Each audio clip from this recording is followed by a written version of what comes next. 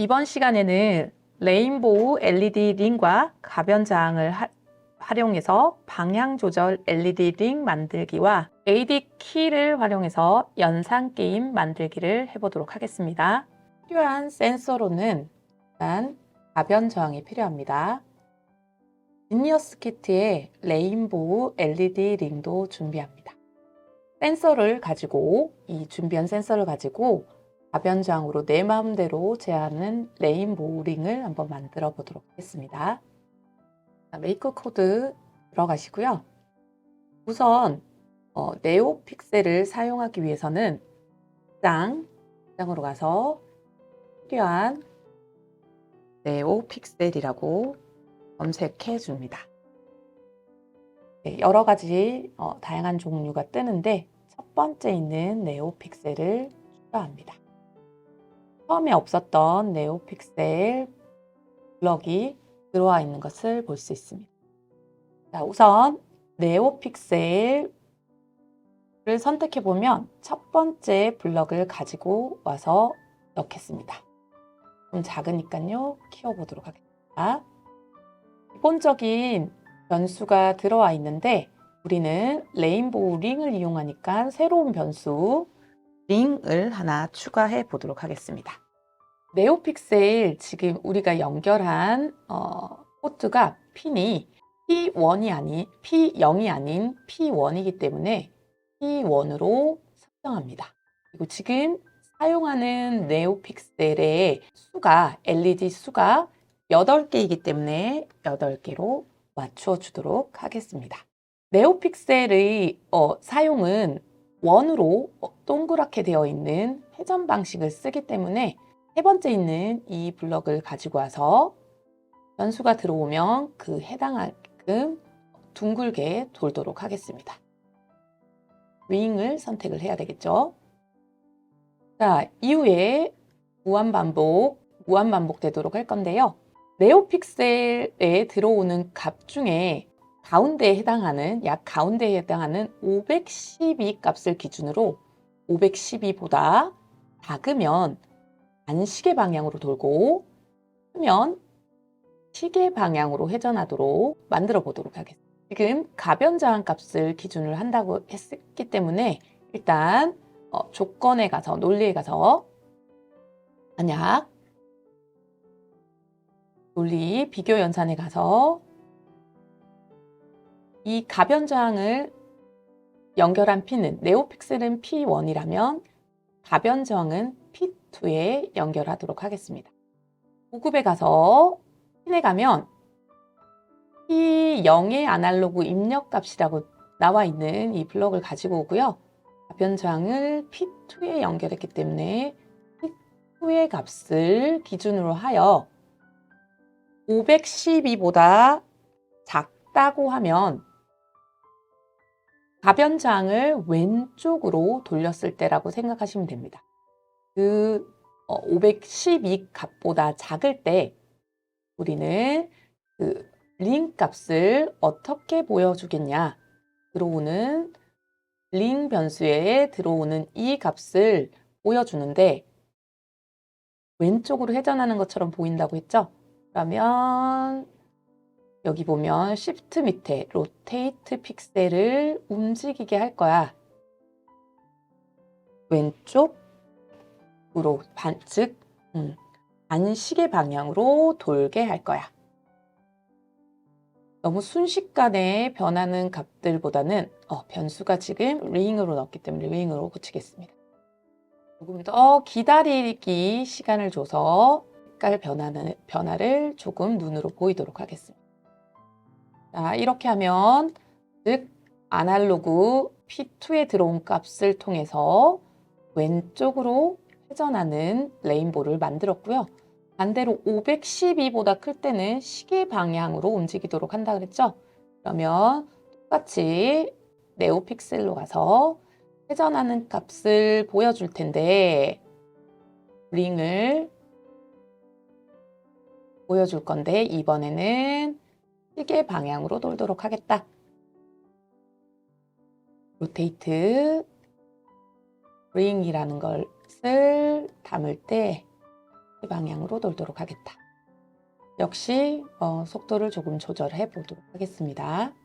일시 중지값을 가지고 와서 0.1초 정도 머무르게 하겠습니다.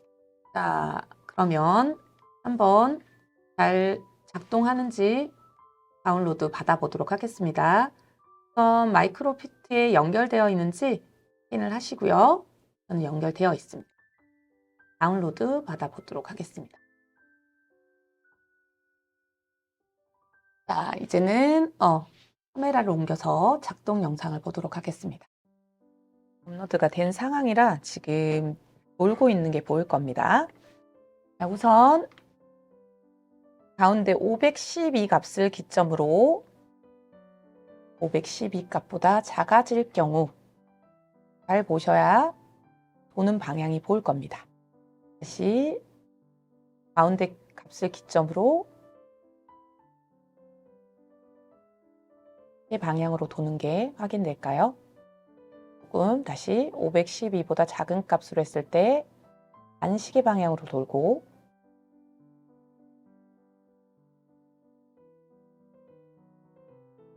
제가 좀 화면을 내리겠습니다. 112값보다 클 때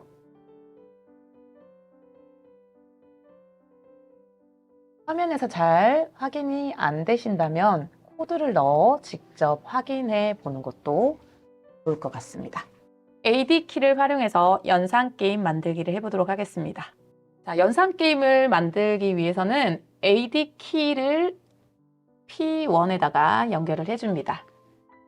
마이크로비트와 AD 키 외에는 다른 센서는 필요하지 않습니다. 그러면 메이크 코드로 가서 코딩을 한번 해보도록 하겠습니다. 3인 동안 반복 실행하도록 하기 위해서 반복에 가서 두 번째 블럭을 가져오도록 하겠습니다. 거짓을 3인 동안 이 안의 블럭을 실행하다라고 하겠습니다. 만약에 저희는 지금 마이크로비트의 A 버튼과 B 버튼 두 버튼을 눌러서 AD 키 버튼에 실행했을 때 덧셈, 뺄셈, 곱셈, 나눗셈을 하도록 하기 위해서 우선 AB 버튼을 눌렀을 때 숫자가 올라가도록 코드를 한번 넣어보도록 하겠습니다. 논리로 가서 만약에 A 버튼을 누른다면 입력에 가서 A 버튼을 눌렀을 때 지금 A 버튼은 A 버튼을 얘기를 합니다. A 버튼을 눌렀을 때 A 값도 A 값이 1씩 증가하도록 만들어야 되니까 변수를 하나 만들겠습니다. 버튼을 두 개 다 쓸 거거든요. 그러면 A 변수값, 변수 A, 변수 A, 그리고 변수 B, 변수 두 개를 만들도록 하겠습니다. 자, A 버튼을 눌렀을 때는 A 값이 하나씩 증가하도록 만들겠습니다. 그 다음에 B를 눌렀을 때는 자 그대로 복사해서 붙일게요. B 버튼을 눌렀을 때는 B 값을 하나씩 증가하게 만들겠습니다. 이 증가한 값들을 눈으로 볼 수 있으려면 수를 출력하면 좋겠죠. 기본에 가서 수 출력 버튼을 블럭을 가지고 와서 이 A 값을 하나 변수에 가서 바로 가져오겠습니다. A 값을 넣겠습니다. 그리고 하나 더 복사를 해서 B 값도 눈으로 확인할 수 있도록 만들어 주겠습니다. 자, 이제는 AD 키를 입력해서 연산을 만들어 볼 텐데요. 조건에 다시 논리로 가서 만약에 주겠습니다. 만약에 P1에 연결된 아날로그 입력 값에 따라 지금 결정되도록 만들 건데 어디로 가냐면요. 고급으로 한번 가보겠습니다. 고급의 핀으로 가면 지금 디지털 핀과 아날로그 핀이 있는데 이 아날로그 핀을 활용하셔야 합니다. 그리고 지금 AD 키를 P1에 연결했죠. P1으로 고쳐놓고요. 자, 다시 논리로 가서 비교 연산을 하나 가져올 건데 우선 이 P1의 값이 어떻게 나오는지를 한번 더 생각을 해보고 이걸 논리적으로 접근하면 좋습니다. P1에는 버튼이 5개가 있습니다. 자, P1에 가면 버튼이 5개가 있는데요. 지금 이게 뒤집어져 있습니다. 보이는 화면에서 보이는 여기가 1번, 2번, 3번, 4번, 5번이라고 했을 때 이 1번 값은 10보다 작은, 즉 가변저항이라고 생각하시면 빠릅니다. 10보다 작은 값까지 표현을 하고요.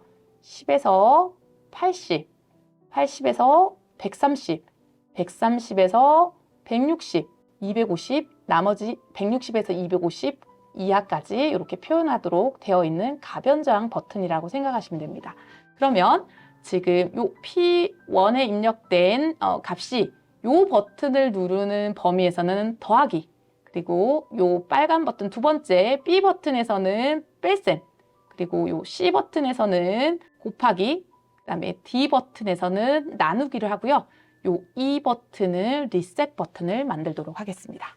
그러면 이해를 하셨다면 다시 오셔서 P1의 값이라는 게 아까 뭐라 그랬죠? 네, 10 이하가 될 때라고 얘기했죠? 10 이하가 되면 저는 A 버튼과 B 버튼에 누른 횟수를 덧셈하도록 하고 싶습니다. 그래서 덧셈이라는 게 눈으로 보이면 좋을 것 같아서 LED 출력에 가서 덧셈을 하라고 이렇게 표현을 하겠습니다. 근데 실질적으로 덧셈을 해주는 건 뭐라 그랬죠? 네, A와 B를 계산을 할 겁니다. 즉, 두 개를 갖고 와서 A라는 변수값과 또 변수 B라는 두 개의 값을 더해서 출력을 하세요 라는 뜻이기 때문에 수출력이라는 블록을 갖고 와서 이 두 개의 값을 버튼 누른 횟수만큼 덧셈을 해주세요. 자, 그러면 논리가 조금 머리에서 구조가 그려졌을까요? 저는 이대로 복사를 하겠습니다. 복사를 해서 여기다가 넣어주되 조건만 달리하면 되겠죠. 요게 아까 10 이하의 값이라고 했으면 자, 이번에는 두 개 논리에 가면 아래쪽에 그리고 라는 게 있습니다. 즉 무슨 얘기냐면 자, 제가 요거 정리를 하기 위해서 뺄게요. 자, 한쪽에 P1의 아날로그 값이 10보다는 큽니다. 근데 아까 제가 얘기했을 때 복사를 해서 이 정리를 또 해보겠습니다. P1의 값이 옆으로 조금 화면을 보이도록 해보겠습니다. 여기는 80보다 작을 때, 네, 10에서 80 사이일 때는 아까 뭘 하기로 했죠? 네, 빼기를 버튼을 누른 수만큼 해서 뺄셈이 되도록 하겠습니다. 자, 그대로 또 복사해서 조건만 달리하면 되겠죠.